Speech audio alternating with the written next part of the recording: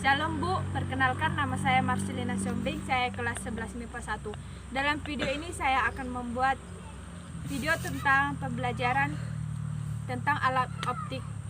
Saya akan memulai videonya, tapi dalam video ini saya tidak menggunakan papan tulis, tapi saya menggunakan buku besar dan spidol. Oke, saya akan memulainya. Alat optik. Alat optik yaitu misalnya contohnya adalah kaca pembesar atau lup. Fungsi kaca pembesar atau lup yaitu untuk melihat beda-beda supaya ukuran yang terlihatnya bisa lebih besar dari ukuran aslinya. Setelah kita mengetahui fungsinya, yang kedua adalah kenapa sebuah benda bisa terlihat besar dan kecil di mata kita. Selanjutnya, kenapa sebuah benda itu bisa terlihat besar dan kecil di mata kita? Hal itu tergantung pada sudut benda itu ke mata kita. Misal, jika objek itu semakin dekat ke sudutnya, maka mata akan terlihat lebih jelas atau besar.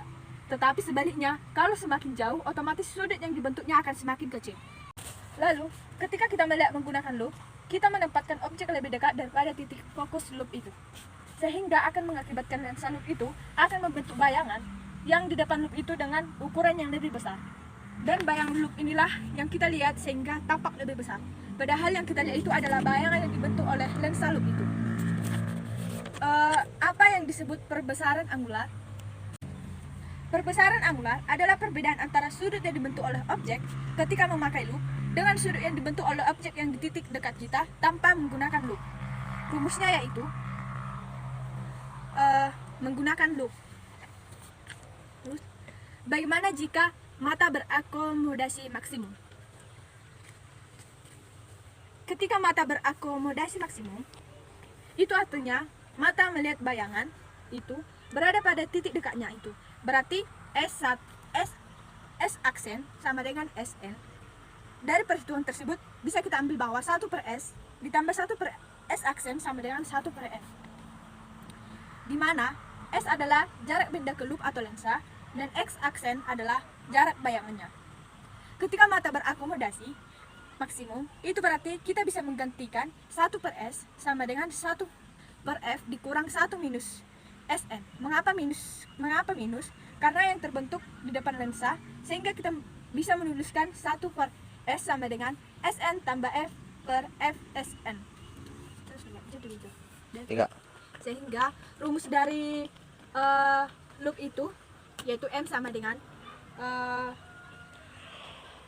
ini rumusnya, sehingga dapat disimpulkan bahwa M sama dengan Sn per S sama dengan Sn tambah F per F Sn sama dengan Sn tambah F per F sama dengan Sn per F tambah F per F menjadi M sama dengan Sn per F tambah 1. Yang kedua adalah bagaimana jika mata rileks atau tidak berakomodasi? Mata tak berakomodasi artinya S aksen sama dengan tanda gini. Berarti bahwa bayangan yang dibentuk loop ini mestilah ada di jarak yang jauh tak hingga, sehingga kita bisa membuat rumus 1 per S tambah 1 per S aksen sama dengan 1 per F. Mata tak berakomodasi itu berarti S aksennya ada tak hingga, maka ada menghasilkan 1 per S tambah 1 kayak gini tambah dengan 1 per F menjadi 1 per S tambah 0, hasilnya menjadi 1 per S sama dengan 1 per F. Sehingga perbesaran loop mata tak berakomodasi sebesar M sama dengan Sn per S, di mana 1 per S sama dengan 1 per F menjadi M sama dengan Sn per F. Kita akan menuju contoh soal. Berapakah perbesaran maksimum yang mungkin dalam lensa yang memiliki fokus 10 cm dan berapakah perbesaran lensa ketika mata rileks?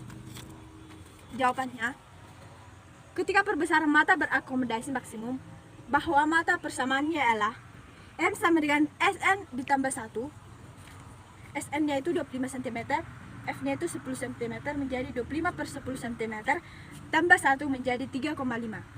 Yang kedua pertanyaannya adalah berapakah perbesaran yang bisa ketika mata rileks? Ketika mata rileks atau tak berakomodasi, maka M sama dengan Sn per F menjadi 25 cm per 10 cm. Hasilnya adalah 2,5 kali perbesarannya. demikian video yang saya buat. Saya tahu saya salah dan saya mohon kepada Ibu untuk memaafkan kesalahan saya atas keterlambatan saya mengirim video. Saya juga minta maaf atas salah kataan yang saya ucapkan, dan semoga di lain hari saya tidak mengulangi kesalahan yang sama. Terima kasih. Salam Bu.